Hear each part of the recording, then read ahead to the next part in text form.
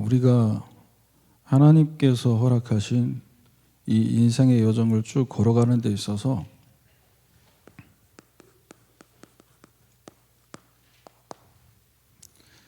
기억해야 될 것,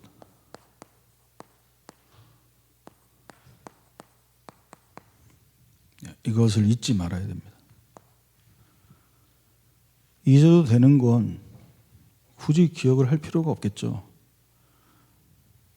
우리가 하나님께서 허락하신 이 인생 여정을 마칠 때까지 잊지 말고 기억해야 될 것이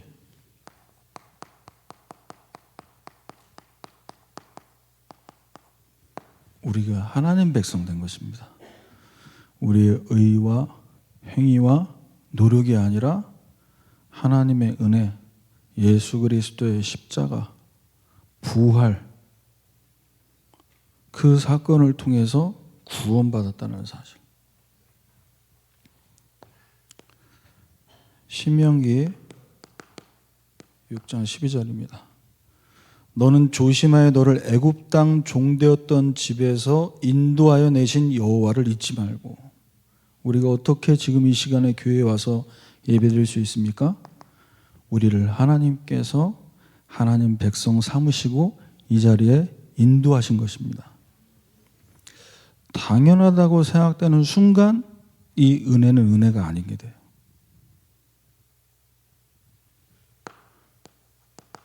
신명기 9장 7절에 너는 광야에서 네 하나님 여호와를 경노하게 하던 일을 잊지 말고 네가 애굽 땅에서 나온 날부터 이곳에 이르기까지 늘 여호와를 거역하였으되. 뭘 잊지 말라고 합니까? 하나님을 경노하게 만든 것, 몹시 화나게 만드는 걸 얘기합니다. 왜 몹시 화가 나실까요? 하나님이 늘 여호와를 거역했다고 나옵니다. 거역했다는 것은 단순한 실수를 얘기하는 게 아닙니다. 권위를 인정하지 않고, 하나님이 세우신 주의 종에 대한 권위를 인정하지 않고, 말씀에 대한 권위를 인정하지 않고 의도적으로 불순종하는, 그것을 하나님께서 보시고 경노한다고 하셨어요. 몹시 화를 내신다는 거예요. 그걸 잊지 말라는 겁니다.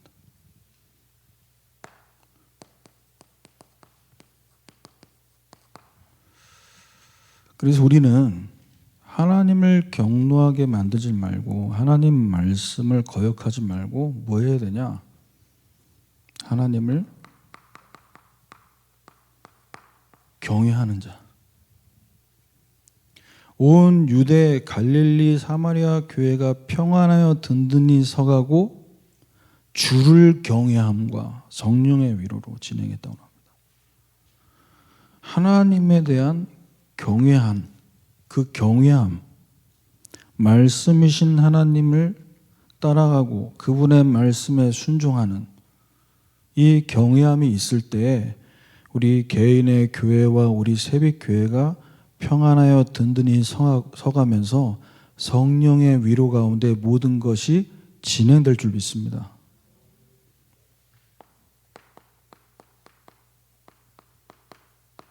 잊어야 할 것은 무엇입니까? 우리 인생의 여정을 쭉 걸어가는 데 있어서 교회도 그렇고 가정도 그렇고 업의 현장과 여러분 만남 속에서 상처받고 어려움 때문에 시험 들고 상처 없는 사람 없고 시험거리 안 당하는 가정이나 교회 없습니다. 그게 교회가 살아있다는 증거라고 생각합니다.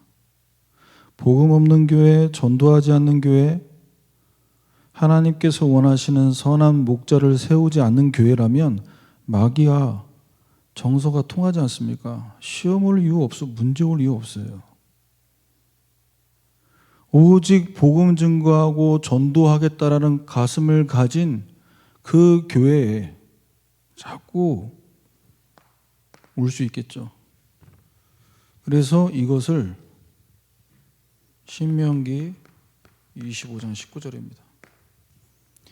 네 하나님이 여호와께서 너에게 기업을 주고 차지하게 하시는 땅에서 너한테 안식을 주실 때 너는 아말렉에 대한 기억을 지워버리라고 말씀하셨습니다. 아말렉이 누굽니까? 에서의 후손. 이스라엘 백성들을 지속적으로 대적한 민족들, 연약한 자들을 공격해서 계속 괴롭힌 그 기억을 잊어버려라. 과거 여러분 쉽게 잊혀지시나요? 왜 분위기 좋다가도 우리 남편이, 우리 자녀가 우리 부모로부터 받은 상처 이거 딱 기억나면요 분위기 탁 깨질 수 있어요. 명절 평안하게 잘 보내셨나요? 명절 때 그렇지 않습니까? 세배 잘하고 분위기 좋다가 한 잔씩 약주 들어가면은 이게 나오잖아요. 그때 형님이,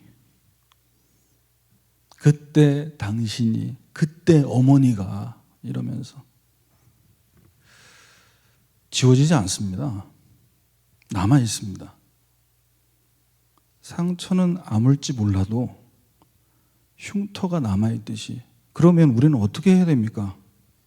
아말렉에 대한 기억이 언제 지원입니까? 발판 삼아야 됩니다. 언제 발판 삼아집니까? 요셉이 형들을 통해서 당한 고난과 어려움 여러분 아시지 않습니까? 노예로 팔려고 한 것이 아니었고 구덩이에 빠뜨려 죽이려고 했어요. 그런데 요셉은 그 상처에서 머물지 않고 어떻게 형들을 용서합니까? 성격 좋아서 용서가 된 게 아닙니다. 사람 좋아서 웃으면서 넘어간 게 아닙니다. 하나님께서 나를 보내신 거다. 형들이 보낸 게 아니라 우리 가정과 가문 살리기 위해 나를 먼저 보내신 것이다. 발판되는 것. 하나님이 하신 것으로, 하나님이 이루신 것으로 인정되어지고 믿어질 때 그 모든 상처를 발판 삼을 수 있어요. 그래서 우리는 기도해야 됩니다. 요한복음 9장 1절 3절에 이 사람이 태어날 때부터 맹인된 것이 누구 죄입니까? 자기 죄도 아니고 부모 죄도 아니다. 하나님이 하시는 일을 나타내고자 하십니다.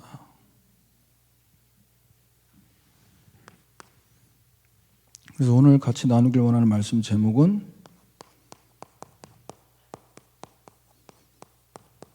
기념비를 세우는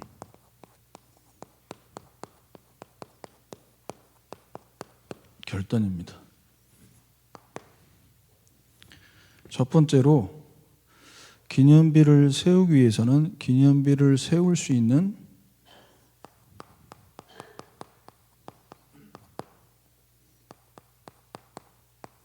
준비해야 됩니다. 기념비 세울 준비를 어떻게 해야 됩니까? 요단강 속에 있는 12돌을 취해서 너희들이 유숙하는 곳으로 가져가라. 가장 먼저 해야 될 것은 기념비를 준비하기 위해서는요, 우리 앞에 놓여진 요단을 건너야 됩니다. 이 부분을 결단하셔야 됩니다. 요단을 건너면 또 그 다음 거 기다리자 이제 말씀을 통해 계속 받겠는데 요단을 건너야 됩니다. 그래서 오늘 말씀 들으시면서 나의 요단은 무엇인가? 내가 주저하고 수십 년 동안 건너지 못하고 나 못 건너는데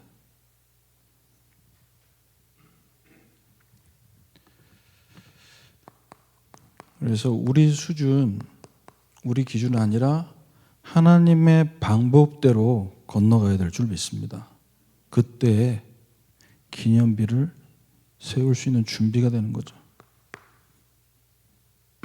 그래서 먼저 아셔야 될 것, 기념비를 세울 준비를 하기 위해서 요단강을 건너기 전에 여호수아와 이스라엘 백성들이 어떤 부분에 결단했는지를 여러분들 보셔야 됩니다. 여호수아 3장 1절입니다. 여호수아가 아침에 일찍 일어나서 그와 모든 자손들과 더불어 시딤에서 떠나 요단에 이르러 건너가기 전에 거기서 유숙하니라. 요단강 건너가기 전에 거기서 유숙하니라. 뭐 한 겁니까? 하나님께서 분명히 우리를 인도하실 것인데 지금 요단강 가기 전에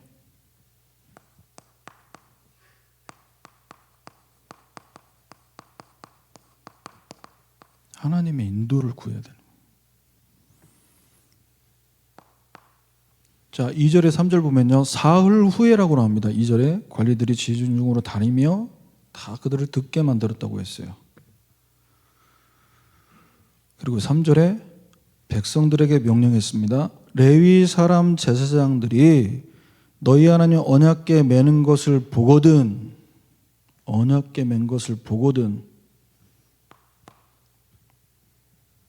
너희가 있는 곳을 떠나 그 뒤를 따르라.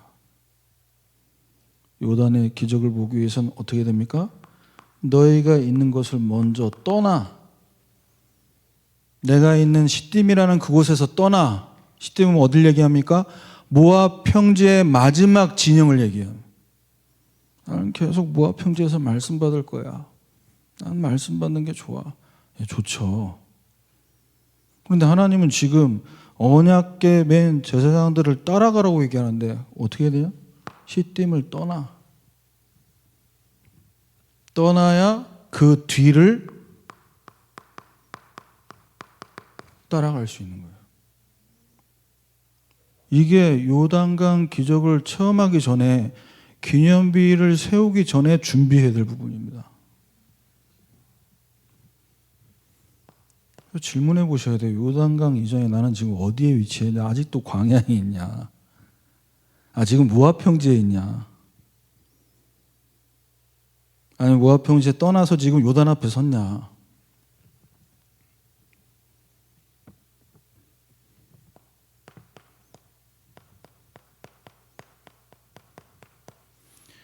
요단강 속으로 들어가기 전에 뭐 해야 되냐?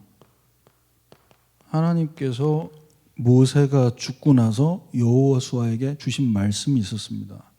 이미 이 이전에 하나님이 이루실 것을 말씀으로 여호수아에게 주셨다니까요. 내 종 모세가 죽었으니 이제 너는 이 모든 백성과 더불어 일어나 이 요단 건너 내가 곧 이스라엘 자손에게 주는 그 땅으로 가라.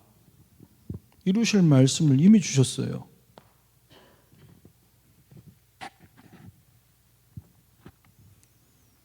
그런데 이미 하나님께서 주신 이 말씀이 언제 성취되는 것인가? 하나님의 때, 하나님의 시간, 하나님의 시간표죠. 이걸 보지 못하면은 이 요단강 보고 의욕적으로, 성격적으로 의욕이 넘치는 분들 있잖아요. 의욕적인 이 모드로 들어가면 덤빕니다. 2주 전 강단에서 말씀 주셨죠. 여호수아 3장 15절. 요단강이 곡식 거두는 시기에 항상 넘쳤다고 나옵니다. 자, 사이즈로 봤을 때 깊이는 3m에서 4m, 너비는 30m. 한강과 비교했을 때는 작은 강이죠. 그럼 의욕 넘치는 분들 봤을 때 수영 좀 하는데, 건널 수 있는데 도전한다니까요. 의욕적으로 덤빈단 말이에요.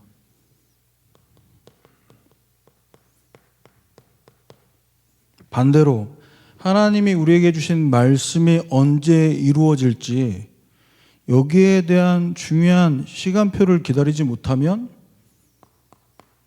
요단강만 보고 낙심합니다. 나는 못하는데, 아, 걷는 것도 힘든데 지금 저 요단강을 어떻게 내가 수영을 하냐고. 시작도 전에 미리 포기해요. 이런 양상으로 나타나는 거예요.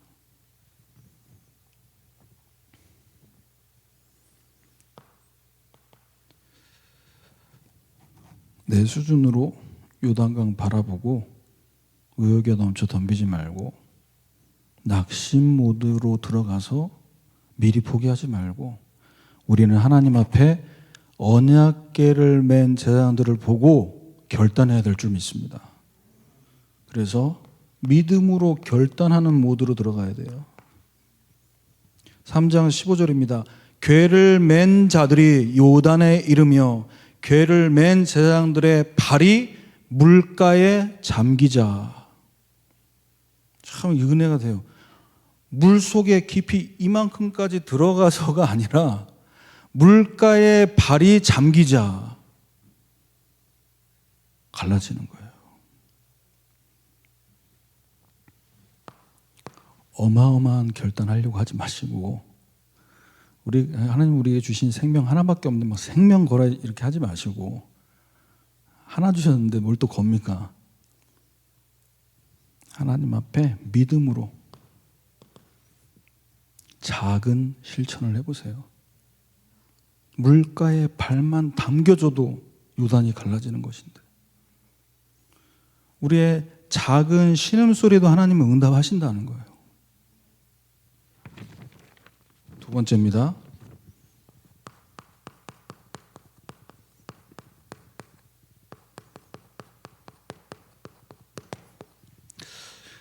기념비를 세워야 됩니다. 세우기 위해선 돌을 취해야 되잖아요. 어디서요?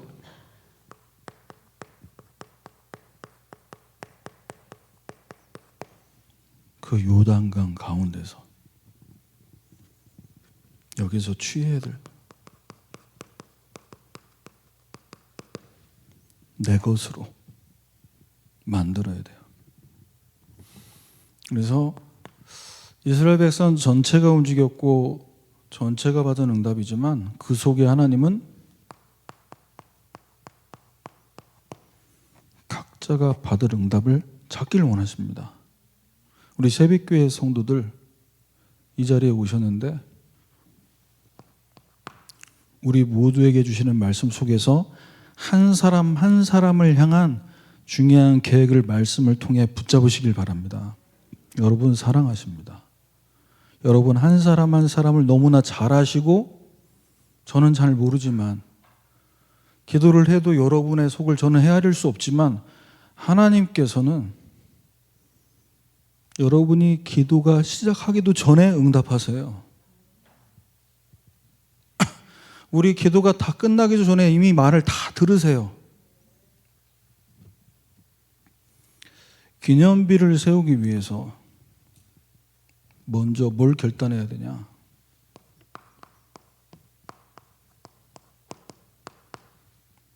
요단강이 갈라지는 그 응답 이후에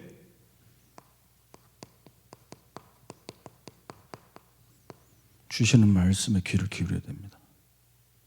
그저 이 요단강만 갈라지면, 그저 이 문제만 하나 해결되면 내 인생 완전히 풀려버릴 것 같은데 그렇게 응답받으면요, 응답 이후의 말씀에 귀를 못 기울여요. 그걸 보고 응답에 빠져 죽는 것이라.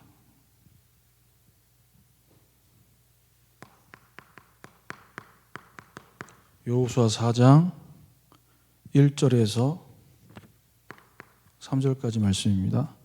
그 모든 백성이 요단 건너가기를 마침에 여호와께서 여호수아에게 말씀하여 이르시되 백성 각 지파에 한 사람씩 12사람 택하고 13절에는 그곳에서 돌 12를 택하라고 했어요. 12지파와 12개의 돌. 건너게 만드시면 됐지. 이제 가나안 정복을 향해 빨리 통과해서 가면 되지. 근데 왜 이걸 취하라고 말씀하십니까? 이 12개의 지파와 이 12지파가 취해야 될 이 도를 통해 하나님은 각 지파마다 하나님께서 주시는 은혜, 응답, 중요한 메시지를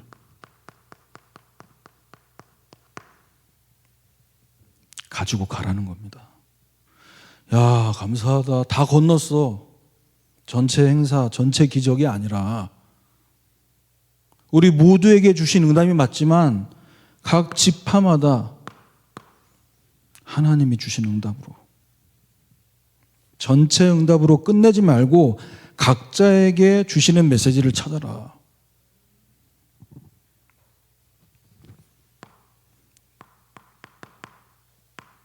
여호수아 4장 23절입니다. 너희 하나님 여호와께서 우리 앞에 홍해를 말리시고 우리를 건너게 하신 것 같았다라고 얘기합니다.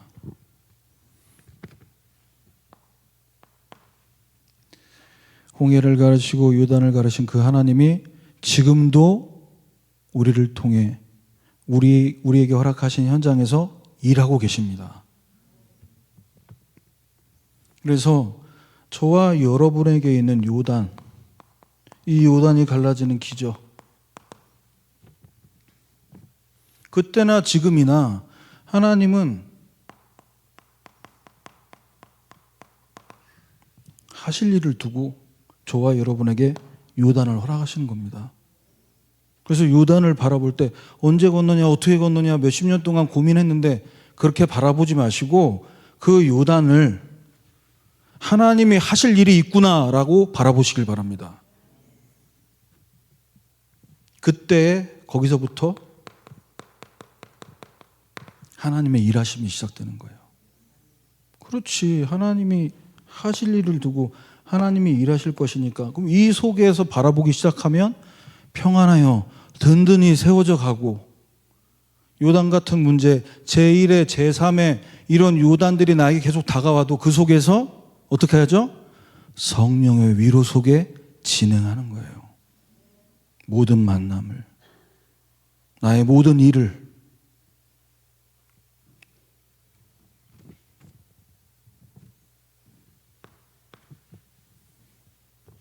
두 번째입니다. 기념비를 세우라. 어떤 의도를 하나님께서 담고 말씀 주신 겁니까? 우리 당대가 끝이 아니라 다음 세대에 전달하라는 겁니다. 보여주라는 겁니다. 여호수아 4장 21절에서 22절. 이스라엘 자손들에게 말하여 이르되 후일에 너희 자손들이 아버지에게 묻기를 이 돌은 무슨 뜻입니까?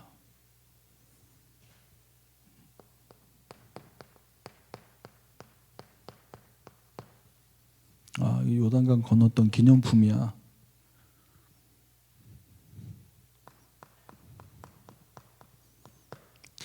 정말 뭘 기념해야 되겠습니까? 아까 말씀드렸듯이 우리가 우리의 허락하신 요단에서 이것을 하나님이 하실 일로 바라보고 하나님이 일하심을 목격하게 될 때 우리는 구체적으로 우리 자손들에게, 우리 다음 세대들에게 이 기념비가 무슨 뜻인지 구체적으로 전달하게 될 것입니다. 그게 증인이잖아요. 무슨 뜻입니까, 이게? 이 돌이. 그래서 저와 여러분은 나의 요단강 기적을 두고 구체적으로 기도해야 됩니다.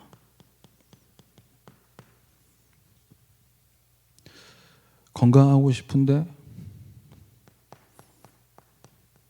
질병으로 어려움 당하고 있습니까? 그저 큰 욕심 안 부리고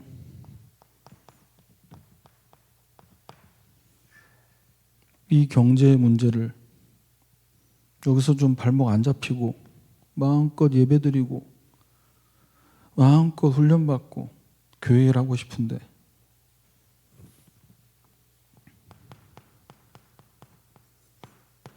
직장에서 혹시 인간관계 속에서 갈라지지 않은 요단 같은 사람이 있습니까?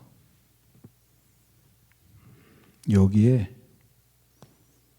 기념비적인 응답 받으시길 바랍니다. 구체적으로. 여기서 좀 더 구체적으로 얘기하면은 시간이 5분, 10분 자꾸 눈에 보여서 구체적으로 하나만 구체적으로 말씀드리면요. 건강을 두고 우리에게 갈라져야 될 요단. 명절 지나고 나면 허락도 안 받고 체중계에 올라갈 때 두려워. 왜? 허락도 안 받고 이 바늘이 몇 킬로를 향해.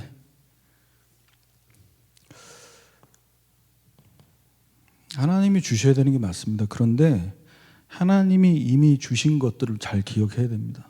무슨 말이냐? 지금의 건강한 상태를 두고 내가 어떤 부분이 부족하고 어떤 부분이 지금 과한지를 진단하셔야 돼요. 그리고 이 수치, 피 검사 이런 걸 통해서 진단된 것에 따라서 음식 조절하시고 여기에 맞춰서 운동하셔야 됩니다. 건강을 주시옵소서 하고 밤 10시에 배달의 민족 불러가지고 계속 드시면은 요단의 기적이 일어나죠. 아까 말씀드렸죠. 물가에 발이 잠기듯 믿음으로 언약궤 맨 제사장 바라보면서 말씀 따라서 한번 도전해 보세요.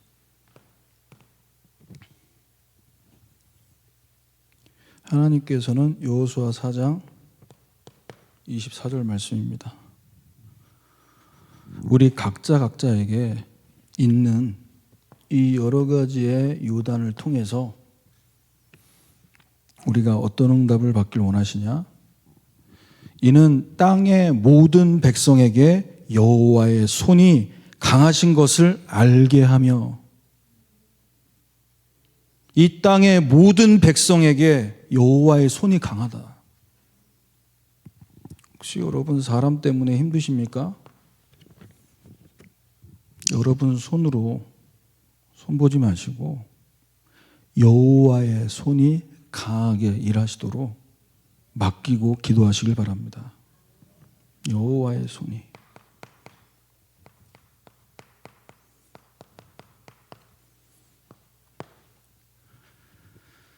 세 번째입니다.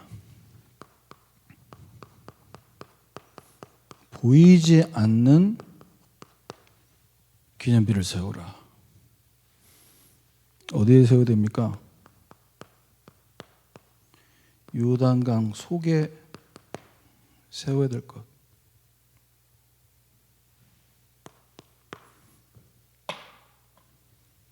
요단강이라는 기적을 보고 그 요단강에서 하나님께서 허락하신 그 돌을 취하여 요단강 속에 세우는 이것은 하나님께서 여호수아에게 지시한 바가 아니었습니다. 그런데 왜 이 또 다른 기념비를 여호수아는 세울 수밖에 없었을까요? 그 속에는 여호수아가 하나님 앞에 결단이 들어가 있는 거예요. 나는 하나님이 주시는 것, 하나님이 허락하시는 축복 받겠다. 하나님이 주신 응답 갖고 인도받겠다. 그래서 여러분 보이지 않는 기념비를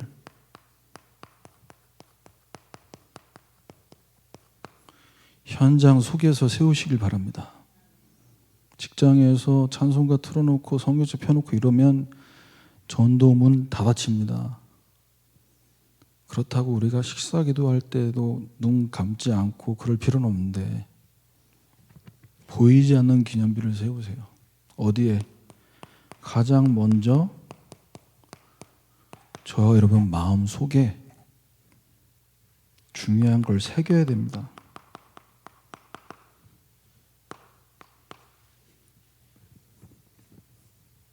뭘 새겨야 되냐? 그 기념비에 여호수아 4장 9절입니다. 여호수아가 요단 가운데 곧 언약궤를 맨 제사장들의 발 선 곳에서 돌 12를 세웠더니 오늘까지 거기 있다. 이 요단 가운데서 여호수아는 어떤 마음을 갖고 거기에 돌 12를 세운 것일까요? 내가 앞으로 요단과 같은 또 다른 장애물을 만난다 할지라도 나는 언약궤를 따라가겠다. 나는 하나님 인도받겠다. 사람 말 들리고 환경이 어려워질지라도 나는 이 현장에서 이 일 속에서 하나님의 인도를 받겠다. 이 결단을 마음속에 새겨야 됩니다. 그래서 실제로 여호수아에게 주신 응답은 하나님 주신 응답은 평생의 응답이었어요.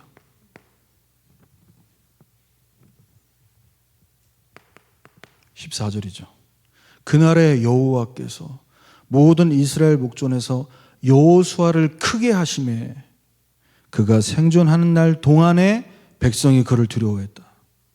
생존하는 날 동안 평생 여호수아를 크게 만드셨습니다.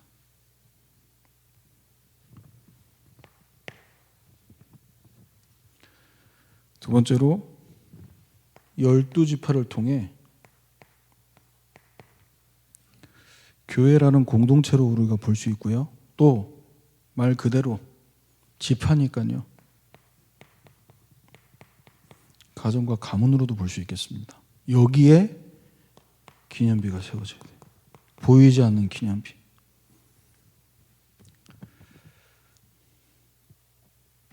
그래서 우리 마음에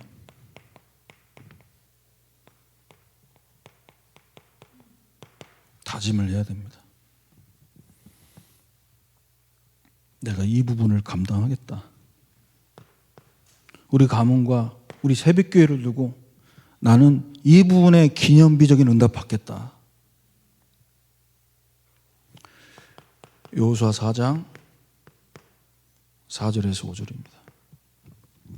이스라엘 자손 중에 각 지파를 한 사람씩 준비해서 12사람을 불렀습니다. 요단 가운데로 들어가서 언약궤 앞으로 가서 지파 수대로 각기 돌 한 개씩 가져다가 어깨에 매라고 그랬어요.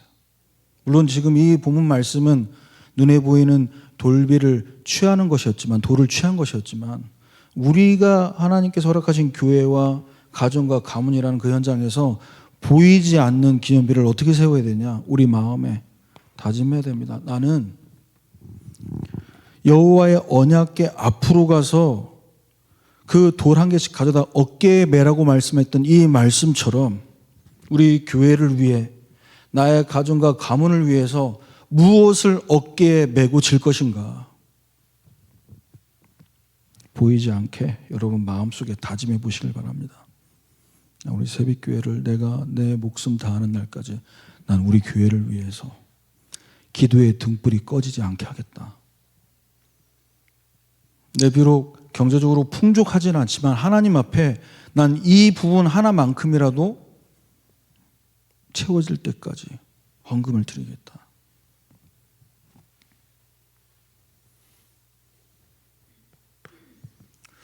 그래서 우리 대학 청년들 두고 제가 기도하면서, 제가 대학 청년부 2022년도에 맡았을 때 헌금하는 시간이 따로 없었습니다.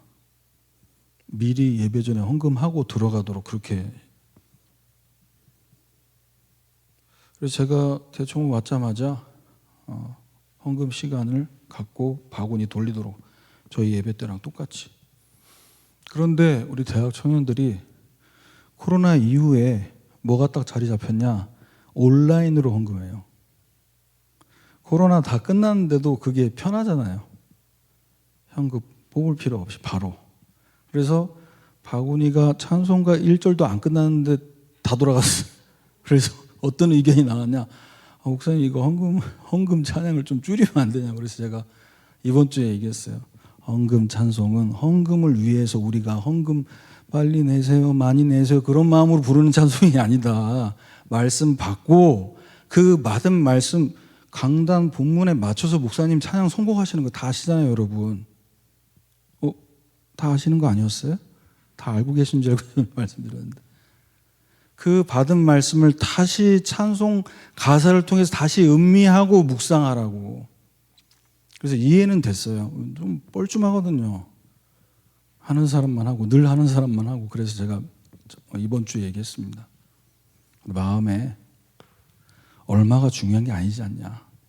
저도 직장생활 해봤고 받는 월급 정해져 있고요. 헌금도 딱 할 수 있는 금액 정해져 있잖아요. 왜? 살림살이가 뻔한데.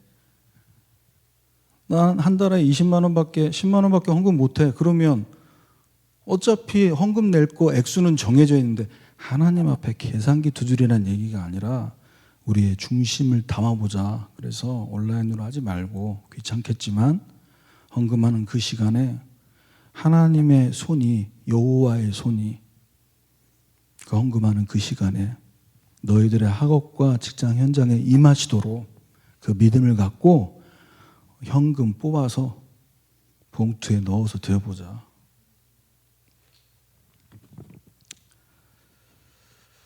그래서 우리가 마음에 어떤 부분을 다짐해야 되냐? 여호수아 4장 24절입니다.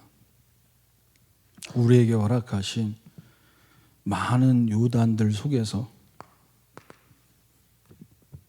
우리가 결단해야 될 부분이, 너희가 너희의 하나님 여호와를 항상 경외하게 하려 하심이라. 우리 다음 세대들에게 교회와 가문을 두고 항상 잊지 말아야 될 게 뭐라고요? 하나님 경외하는 것이다. 내가 정말 지금 말씀 따라가고 있는가? 주일에 예배 빠지지 않고 드렸습니다. 메시지 잘 기록했습니다. 그런데 삶을 살아가는 데 있어서 우리 인생의 제1의, 제2의, 제3의 요단 앞에 섰을 때 나는 말씀을 따라가고 있는가?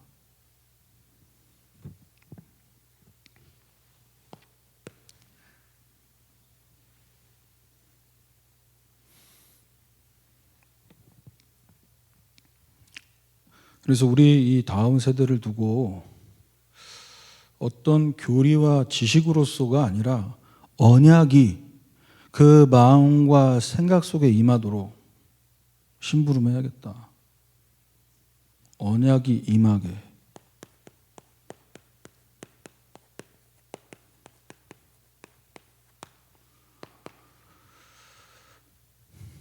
그래서 제가 지금 개인적으로 우리 대학 청년들 1대1로 개인 목양하면서 느끼는 것은, 대학생들이다 보니까 본인들이 뭔가 지식적으로 결여돼서 자기 믿음이 자라지 않는다라고 이렇게 저에게 고백을 하더라고요. 그래서 제가 뭐라고 얘기해 줬냐, 우리가 책을 보고 또 글을 통해서 몰랐던 사실도 알게 될 때 그 부분 깨달을 수 있다. 모르던 사실을 알았기 때문에. 하지만 그와 같은 논리로 따졌을 때 전 세계의 수많은 신학자들이 수세기에 걸쳐서 성경을 다 분해하고 우리가 정말로 읽기 쉽고 이해하기 쉽게 다 이미 다 나왔다. 그런데 지식적으로는 그렇게 풍성해졌지만 교회는 어떻게 됐냐? 성도들이 지금 어떻게 하고 있냐? 하나님이 나에게 주신 언약이 나에게 임하는 믿음이 자라기 위해서는 말씀을 들어야 된다. 복음의 말씀을 들어야 된다. 그래서 이번 주에 레위기, 우리가 새벽기도, 저 이번 주에 레위기 13장이었는데요. 레위기 13장 2절에 피부에 나병 같은 것이 생기면은 제사장 아론에게나 그의 아들 중 한 제사장이 데리고 가라고 나옵니다. 제사장에게로.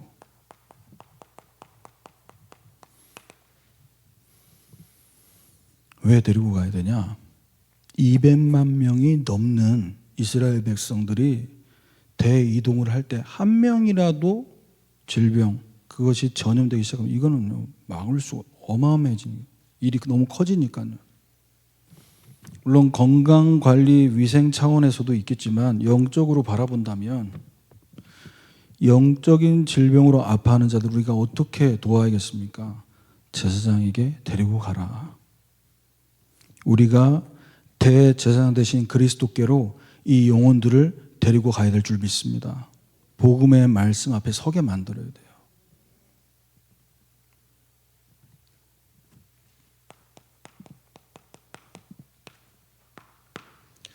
두 번째입니다. 환자를 격리하라고 나옵니다. 레위기 13장 4절에서 6절까지 보면요.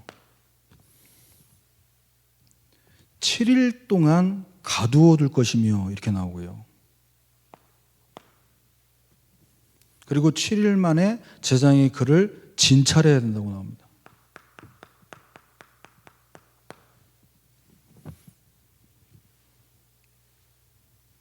그리고 지켜보다가 7일이 지나고 나서 다시 우리에게 맡기신 이 영혼들을 한 영혼 한 영혼을 바라볼 때 뭐 해야 되냐? 너 영적인 상태가 무너져서 그래. 그래서 예배가 안 되는 거야. 네 상태를 관리 잘해야지. 이건 진단이 아닙니다. 뭐가 문제일까? 뭐가 지금 너로 하여금 말씀이 안 들리게 만들었을까? 우리가 이걸 하나님 앞에 기도하며 찾아보자. 그래서 말씀 앞에 세워줘야 돼. 그래야 말씀의 빛이 비춰져서 그 감추인 게 드러나는 겁니다. 그래서 1대1로 프로그램이 아니라 1대1로 본인이 왜 말씀 안 들리는지 이 부분에 대해서 잘 몰라요. 그래서 제가 우리 대청부 수련회를 두고 같이 기도하고 수련회 이후에 어떻게 인도받는지 또 다시 물어봤어요. 말씀이 안 들리는 그 부분에 대해서 조금씩 나아지고 있다는. 어떻게 해야 됩니까? 제사장이 진찰하고 7일 동안 격리시키고 7일 지나고 나서 다시 또 들여다보고 계속해서 뭐 해야 됩니까? 하나님께서 조금씩 나아지게 하시는지 잘 바라봐야 돼요. 격리시켰다고 해서 같이 있으면 안 돼. 병을마. 이런 차원의 격리를 보는 게 아니라 1대1로 이 영혼을 세밀하게 바라보고 살피겠다는 중심으로. 그리고 13장 7절입니다. 그러나 그가 정결한지를 제사장에 보인 후에 병이 피부에 퍼지면 제사장에 다시 부을 것이요. 7일 동안 바라보고 다시 또 가서 차도가 없는 것 같아서 7일 동안 기다려서 다시 바라보고 이제 괜찮아진 것 같았는데 병이 드러났어요. 여러분 독감 걸려보셔서 아시잖아요. 분명히 병원 가서 검사했을 때는 독감 아닙니다. 검사 키트 다니는데 안 나와. 그런데 증세는 독감이야. 병원 갔을 때는 안 나왔는데 나중에 드러날 수 있다는 거죠. 또 다시 재발하는 거예요. 영적인 질병도 다시 재발할 수 있습니다. 그걸 보고 네가 약해서 네가 너무 뭔가를 안 해서 이렇게 접근하면 안 돼요. 다시 재발했을 때 제가 작년에 세게 독감 와가지고요. 병원을 몇 번을 가는지 몰라요. 안 떨어지더라고요. 기침도 계속 한 달 넘게 기침 계속 나오고요. 다시 갔어요. 다시 진단받아요. 다시 제사장에게 데리고 가야 돼요. 다시 그리스도 앞으로 우린 나아가야 됩니다. 또 병 걸렸네, 또 아프네, 아이고 한심한, 이게 아니라니까요.